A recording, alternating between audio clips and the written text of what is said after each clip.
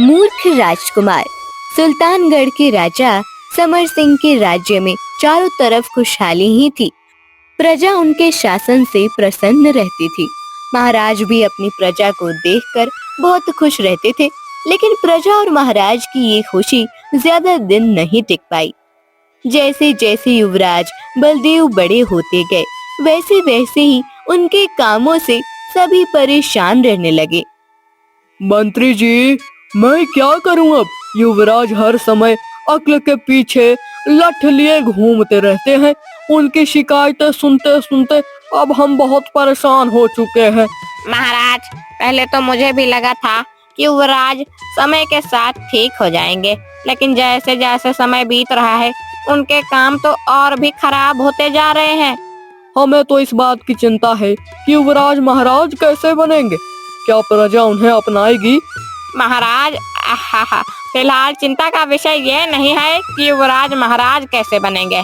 फिलहाल चिंता का विषय तो यह है कि युवराज के बेतुके आदेश और बिना बुद्धि के उनके बेवजह के कामों की चर्चा को राज्य से बाहर जाने से कैसे रोके। क्योंकि अगर दुश्मन राज्य को मालूम हुआ कि राजकुमार मूर्ख है तो वे हमला करने में जरा भी देर नहीं करेंगे। मंत्री जी, ये सब कहकर तो आपने हमें और भी चिंता में डाल दिया है। अब हम क्या करें? मंत्री और महाराज आपस में बात कर ही रहे थे कि तभी शाही माली भागता हुआ महाराज के पास आया और बोला, महाराज महाराज, मुझे बचा लीजिए। महाराज महाराज, मेरे छोटे छोटे बच्चे हैं, उन्हें कौन पालेगा? मुझे बचा लीजिए। शाही माली, तुम आखिर तुम इतना घबराए हुए क्या हो? क्या बात है? तुम परेशान भी लग रहे हो। शांत होकर सारा मामला बताओ। वो महाराज, मैं अब क्या बताऊं? युवराज ने मेरी गर्दन धड़ से अलग करने का आदेश दिया है। क्या कहा? युवराज ने ऐसा आदेश दिया है? अब वो क्यों भला? महाराज, दरअसल कुछ दिन पहले युवराज ने मुझे अपने पास बुलाया था। कुछ दिन पहले? युवराज, आपने मुझे याद किया? हाँ, हमने आपको याद किया। आइए बैठिए। जी युवराज, अब बताइए आपने किस वजह से मुझे यहाँ बुलाया? शाही माली जी, कल रात हमने एक बहुत अच्छा सपना देखा। अच्छा, आपने क्या देखा युवराज? माली जी, हमने देखा कि हम एक बाग में घूम रहे हैं और वहाँ पर बहुत सारे गुलाब के फूल लगे हैं। हम चाहते हैं आप गुलाब के फूल उगाएं। बस इतनी सी बात? आपके लिए मैं कैसे भी गुलाब के फूल उगा सकता हूँ। नहीं नहीं माली जी, वो खास तरह के गुलाब थे। खास तरह के गुलाब? जी, खास तरह के। वो गुलाब हवा में लगे हुए थे, बिना मिट्टी की, और हवा में उड़ रहे थे। अरे युवराज, आज आप मजाक के मूड में हैं। आखिर ऐसे भी कोई गुलाब होते हैं क्या? भला बिना मिट्टी के गुलाब तो क्या कोई पौधा भी नहीं लग सकता। माली जी, आप शाही माली किस बात है? और इस तरह हंसकर क्या आप हमारा अपमान कर रहे हैं? हमें वो गुलाब के पौधे चाहिए और पिताजी के जन्मदिन से पहले ही चाहिए। अगर नहीं मिले तो पिताजी के जन्मदिन के दिन ही हम आपकी गर्दन को हवा में उड़ा देंगे। गलती हो गई युवराज, मैं कोशिश करता हूँ। महाराज, कल आपका जन्मदिन है, युवराज मुझे मार देंगे। अब आप ही बताइए, इस तरह के फूल मैं कैसे उगा सकता हूँ? तुम चिंता मत करो, तुम्हें कुछ नहीं होगा। तुम कुछ दिन के लिए काम पर मत आओ और अगर हो सके तो राज्य के बाहर ही चले जाओ। जैसी आपकी आज्ञा। माली वहाँ से चला गया और महाराज अपनी सिर पकड़कर बैठ गए। महाराज, आप परेशान न हो, कल आपका जन्मदिन है और आपको प्रजा के सामने नगर भ्रमण पर भी जाना है। आप आराम कीजिए, मैं चलता हूँ। मंत्री जी भी वहाँ से चले गए और महाराज किसी सोच में डूब गए। अगले दिन राज्य में उत्सव का माहौल था। हर कोई महाराज के जन्मदिन को लेकर उत्सुक था। मंत्री जी महाराज को लेने उनके पास आ गए। महाराज, शाही सवारी तैयार है, आप चलिए। हम तो चल देंगे, लेकिन मंत्री जी, ये युवराज कहाँ पर हैं? कहीं कोई काम न बिगाड़ रहे हो। महाराज, काफी समय से वो महल में नहीं दिखे। आप नगर भ्रमण के लिए निकल जाइए, अगर वो दिखेंगे तो मैं आपको बता दूंगा। ठीक है, महाराज अपनी शाही सवारी में सवार होकर अपने अंग रक्षक और सुरक्षा में लगे सैनिकों को साथ लेकर नगर भ्रमण के लिए निकल पड़े। प्रजा उन्हें देखकर बहुत खुश थी और महाराज पर फूल बरसा रही थी कि तभी सेनापति महाराज के पास आया और बोला, महाराज, युवराज ने राज्य के सभी सैनिकों को अपने पास बुलाया है और जो आपकी सुरक्षा में है उन्हें भी। क्या कहा? यह कैसा फरमान है? क्या युवराज किसी जंग पर जा रहे हैं? महाराज, वो किसी जंग पर नहीं जा रहे हैं, लेकिन जंग से कम कोई काम भी नहीं कर रहे हैं। आप खुद ही चलकर देख लें तो अच्छा होगा। लेकिन युवराज हैं कहाँ? महल के पीछे। महाराज सबके साथ महल के पीछे आए और सभी सैनिकों को वहां देखकर चौंक गए। उन्होंने युवराज को अपने पास बुलाकर कहा, युवराज, क्या हम जान सकते हैं कि आखिर आप सारे सैनिकों को क्या करना चाहते हैं? पिताजी, हम आपको जन्मदिन का एक बहुत अच्छा तोहफा देना चाहते थे, लेकिन वो शाही माली पता नहीं कहाँ चला गया। इसलिए अब हमारे दिमाग में एक बहुत ही अच्छा विचार आया है, जिसे सुनकर आप भी हम पर गर्व करेंगे।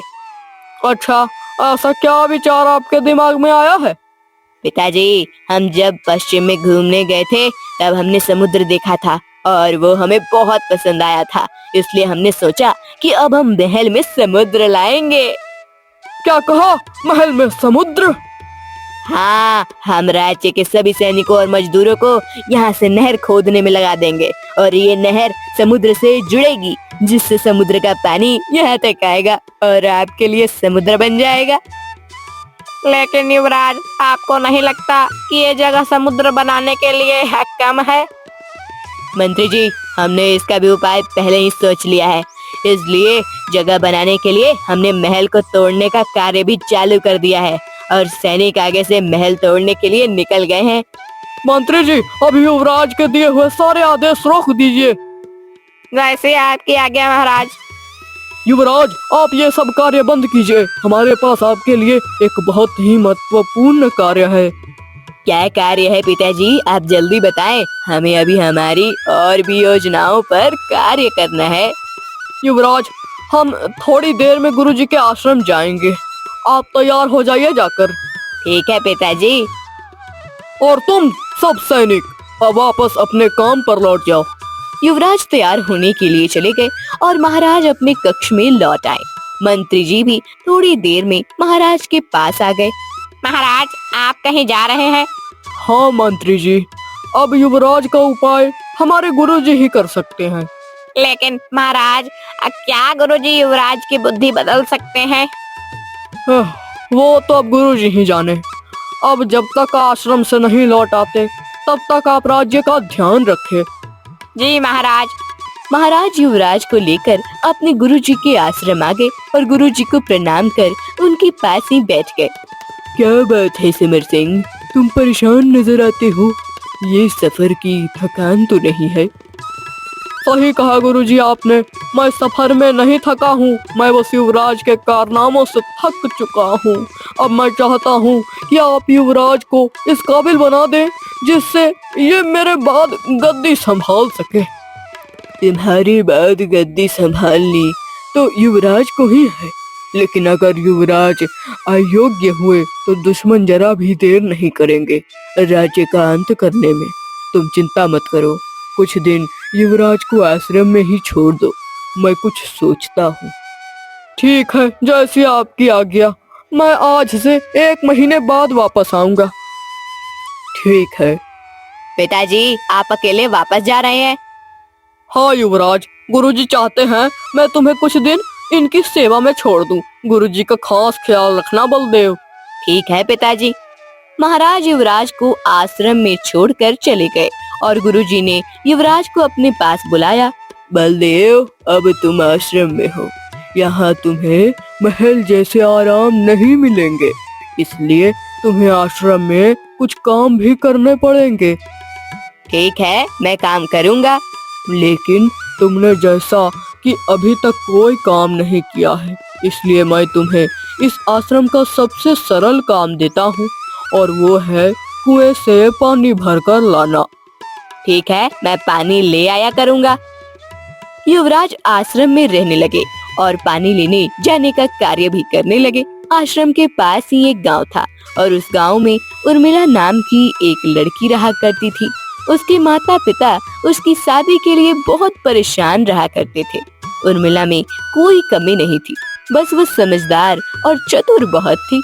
एक दिन उर्मिला के पिता उसे आश्रम में लेकर आए। गुरुजी, उर्मिला की उम्र निकली जा रही है, लेकिन इसका विवाह कहीं नहीं हो पा रहा है। हम जो भी लड़का इसके लिए देखते हैं वो इससे कम ही निकलता है। उर्मिला, तुम्हें कैसा लड़का चाहिए? आखिर तुम्हें बाकी के लड़के पसंद क्यों नहीं आ रहे? क्या उनमें कोई कमी है? नहीं गुरुजी, उनमें कोई कमी नहीं है। मैं बस चाहती हूँ कि मेरा जो भी पति हो वो हर काम मुझसे पूछ कर करे और मेरे बिना कोई भी फैसला ना ले। अच्छा, इसकी कुंडली दीजिए। उर्मिला के पिता ने गुरुजी को कुंडली दी और कुंडली देखकर गुरुजी मुस्कुरा कर बोले, इसके भाग्य में राजयोग लिखा है, ये तो महलों में जाएगी।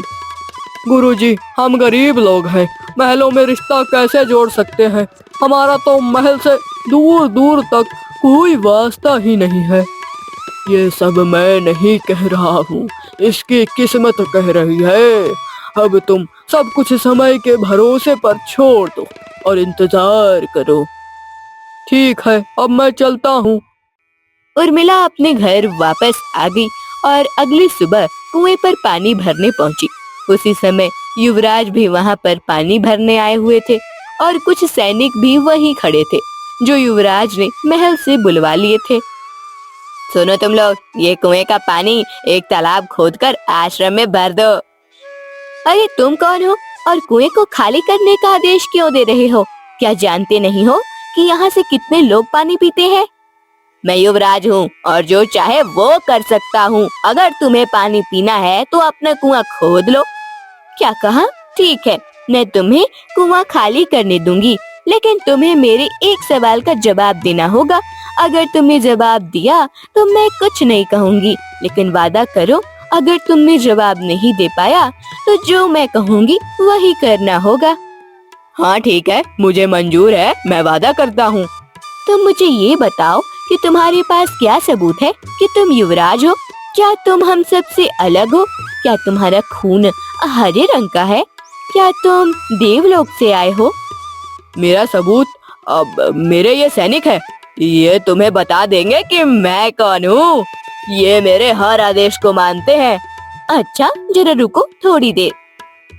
ऐसा कहकर उर्मिला सैनिकों को देखने लगी और बोली, तुम लोग ये बताओ कि महल में रहकर काम करना सही है या फिर यहाँ पर तालाब खोदना और कुएं को खाली करना?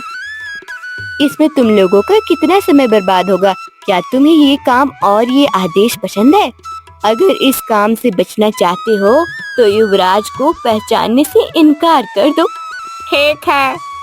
ऐसा कहकर उर्मिला युवराज के पास आकर खड़ी हो गई और उनकी तरफ इशारा कर बोली, ठीक है, तो ये बताओ क्या ये युवराज हैं? नहीं, ये युवराज नहीं है। लो, साबित हो गया, तुम युवराज नहीं हो और तुम कुआं भी खाली नहीं कर सकते। अब तुम्हें वही करना होगा जो मैं कहूँगी। ठीक है, बताओ क्या करूँ?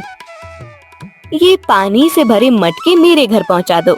लेकिन मैं आश्रम के लिए काम करता हूँ, मुझे यहाँ से बाहर जाने के लिए गुरुजी से आज्ञा लेनी होगी। ठीक है, जाओ आज्ञा लेकर आओ। युवराज गुरुजी के पास आ गए और बोले, गुरुजी, मुझे आश्रम से बाहर जाना है। लेकिन क्यों? गुरुजी, मैंने किसी से वादा किया है कि मैं उसका काम करूँगा। ठीक है, जाओ, लेकिन समय से पहले वापस आ जाना। ठीक है। युवराज उर्मिला के साथ पानी लेकर उसके घर तक आ गया और वापस जाने लगा। ये कुछ मूर्ख मालूम जान पड़ता है। अगर मैंने इसे यहाँ रोक लिया तो मैं इससे और भी काम करवा सकती हूँ। पिताजी की भी खेतों में मदद हो जाएगी। ऐसा सोचकर उर्मिला ने युवराज को टोका, रुकिए। अब क्या है, मैंने तुम्हारा काम कर दिया, अब वादा पूरा हुआ। तुम होशियार जान पड़ते हो, तुम्हारे जैसा बुद्धिमान युवक मैंने यहाँ कहीं नहीं देखा है। क्या मैं तुमसे एक और सवाल पूछ सकती हूँ? ये क्या, तुम मुझसे चाहे जितने सवाल पूछ सकती हो। मैं सवाल ऐसे ही नहीं पूछूंगी। मुझसे वादा कीजिए कि अगर आप मेरे सवालों का जवाब नहीं दे पाए तो आपको मेरे लिए काम करना होगा। बस इतनी सी बात। ठीक है, जो पूछना है पूछो, मैं वादा करता हूँ अगर मैं हारा तो तुम्हारा काम करूँगा। ठीक है, तो फिर तुम मुझे ये बताओ कि ऐसा क्या है जो सोने का है फिर भी हम उससे आभूषण नहीं बनाते। उर्मिला का सवाल सुनकर युवराज सोच में पड़ गया और उर्मिला मन ही मन हंसते हुए बोली, छोटे छोटे बच्चों के सवालों का जवाब भी इसे नहीं पता। ऐसा क्या है भला, मुझे नहीं पता, तुम बताओ। ठीक है, अब मैं तुम्हें बता दूंगी, तब तक तुम सोचो। और हाँ, तुम्हारा काम आज का ये है कि रात भर तुम्हें मेरे खेतों की रखवाली करनी होगी। ठीक है। उर्मिला युवराज को खेतों पर छोड़कर चली गई और अगले दिन सुबह उर्मिला वापस खेतों पर आई तो युवराज ने कहा, रात बीत गई, अब मैं जा रहा हूँ। युवराज के जाने की बात सुनकर उर्मिला ने मन ही मन सोचा, अगर ये चला गया तो काम कौन करेगा। मुझे कुछ ऐसा उपाय लगाना होगा जिससे ये हमेशा के लिए यहाँ रह जाए। ठीक है, चले जाओ, लेकिन क्या तुम उत्तर नहीं सुनना चाहोगे। उत्तर? हाँ, मैं जानना चाहता हूँ कि वो क्या चीज है। उत्तर बताने से पहले मेरी एक शर्त है। मुझे अब कोई शर्त नहीं माननी, मैं जा रहा हूँ। ठीक है, चले जाओ, लेकिन अगर तुमसे फिर किसी ने ये सवाल पूछा तब क्या उत्तर दोगे तुम? और जब उत्तर नहीं दे पाओगे तब कोई और तुमसे कुछ और काम करवा लेगा। बात तो ठीक है तुम्हारी, तो बताओ फिर क्या उत्तर है। पहले मेरी शर्त माननी होगी। ठीक है, तुम्हारी हर शर्त मंजूर है, मैं दोबारा किसी से बेवकूफ नहीं बनना चाहता। मेरी शर्त है कि उत्तर जानने के बाद तुम यहाँ से और मेरा काम छोड़कर तब तक नहीं जा सकते जब तक मैं न कह दूं, और तुम मुझे जवाब के पक्के लगते हो तो तुम नहीं जाओगे, है ना? नहीं जाऊंगा। तो सुनो, उत्तर है चारपाई, जो सोने की है लेकिन आभूषण नहीं है। अच्छा ठीक है, ये उत्तर था, अब काम बताओ। घर चलो, मेरे घर की छत कमजोर हो गई है, उसे मजबूत करना है। उर्मिला युवराज को अपने घर ले आई और उसे काम पर लगा दिया। छत का काम हो गया, अब तुम मुझे जाने दो, गुरुजी मुझे ढूंढ रहे होंगे। तुम कोई बहुत महत्वपूर्ण व्यक्ति नहीं लगते, तुम्हें कोई नहीं ढूंढ रहा होगा। अब आगे का काम करना, लेकिन पहले भोजन कर लो। चलो, कम से कम तुमने भोजन के लिए तो पूछा। उर्मिला युवराज को काम बताती जाती और युवराज उसकी बातों में आकर काम करते रहे। इस तरह करते करते 1 महीना बीत गया और महाराज गुरुजी के आश्रम पहुँचे। गुरुजी को मेरा प्रणाम। गुरुजी, 1 महीना हो गया है, हम युवराज से मिलने और उन्हें लेने आए हैं। क्या युवराज महल वापस नहीं पहुँचे? क्या कह रहे हैं आप गुरुजी? मैं तो उन्हें 1 महीने के लिए आपके पास छोड़कर गया था, वो महल कैसे आएंगे? महाराज, दरअसल आज से 25 दिन पहले ही युवराज कुएं पर पानी भरने गए थे। आश्रम के लोगों ने उन्हें सैनिकों के साथ देखा था और उस दिन के बाद से ही युवराज आश्रम नहीं लौटे हैं। हमें लगा कि वो काम से परेशान होकर महल चले गए होंगे। मंत्री जी, युवराज कहाँ गए हैं, पता लगाइए। जी महाराज। महाराज आश्रम में ही रुक गए और मंत्री जी ने आश्रम और उसके आसपास के गांव में युवराज को खोजना शुरू कर दिया। शाम तक खोजने के बाद मंत्री जी महाराज के पास आए और बोले, महाराज, युवराज मिल गए हैं, लेकिन वे यहाँ आने से इनकार कर रहे हैं। आने से इनकार कर रहे हैं? भला ऐसा क्यों? आखिर वो कहाँ है? हमें भी ले चलिए। महाराज मंत्री जी के साथ युवराज के पास पहुँचे। इस वक्त युवराज खेतों में साफ सफाई का कार्य कर रहे थे। युवराज, आप यहाँ ये सब क्या कर रहे हैं? पिताजी, आपको इन सब कामों में किसने लगा रखा है? पिताजी, मैं एक शर्त के अनुसार ही यहाँ काम कर रहा हूँ। और ये शर्त आपसे किसने लगाई थी? मैंने। तुम्हारी हिम्मत कैसे हुई युवराज से ये सब करवाने की? ऐसा नियम कहाँ पर है जिसके अनुसार युवराज से काम नहीं करा सकते? क्या युवराज खेतों में उगा हुआ अन्न नहीं खाते? तुम्हारी इतनी हिम्मत कि तुम महाराज के सामने जबान चला रही हो, तुम्हें तो अभी सजा देता हूँ। इतना कहकर मंत्री जी ने तलवार बाहर निकाली और महाराज ने उन्हें रोक दिया। रुकिए मंत्री जी, लेकिन महाराज, आप जरा यहाँ आइए। क्या बात है महाराज? मंत्री जी, ये कोई आम लड़की नहीं लगती। इसने 25 दिन से युवराज को काम पे लगा रखा है और युवराज कुछ कर भी नहीं पाए, जबकि आप भी जानते हैं कि युवराज होने के नाते बलदेव के हाथ में कितनी शक्तियां हैं। ये अपने से आंख मिलाने वाले की आंखें तक निकाल सकते हैं, लेकिन यहाँ पर भी युवराज कुछ नहीं कर पाए और इस लड़की ने इनसे ये सब करवा लिया। महाराज, आप कहना क्या चाहते हैं? मंत्री जी, हम चाहते हैं कि ये लड़की ही हमारी बहू बने और युवराज से इसका विवाह हो। आगे जाकर ये राज्य भी संभाल सकती है और युवराज को भी ये बुद्धिमान और चतुर जान पड़ती है। ठीक है, जैसी आपकी आज्ञा। मैं इसके माता पिता से बात कर लूंगा। अभी आप युवराज को ले जाइए। महाराज युवराज को महल में ले आए और मंत्री जी ने उर्मिला के माता पिता से बात कर ली। क्या कहा? महाराज हमारी बेटी को अपनी बहू बनाना चाहते हैं। हाँ, तुम्हारी बेटी की किस्मत खुल गई। इसका मतलब गुरुजी ने सही कहा था कि इसकी कुंडली में राजयोग है। अब बस आप लोग विवाह की तैयारी करो। इतना कहकर मंत्री जी वहाँ से चले गए और उर्मिला का विवाह युवराज बलदेव से हो गया।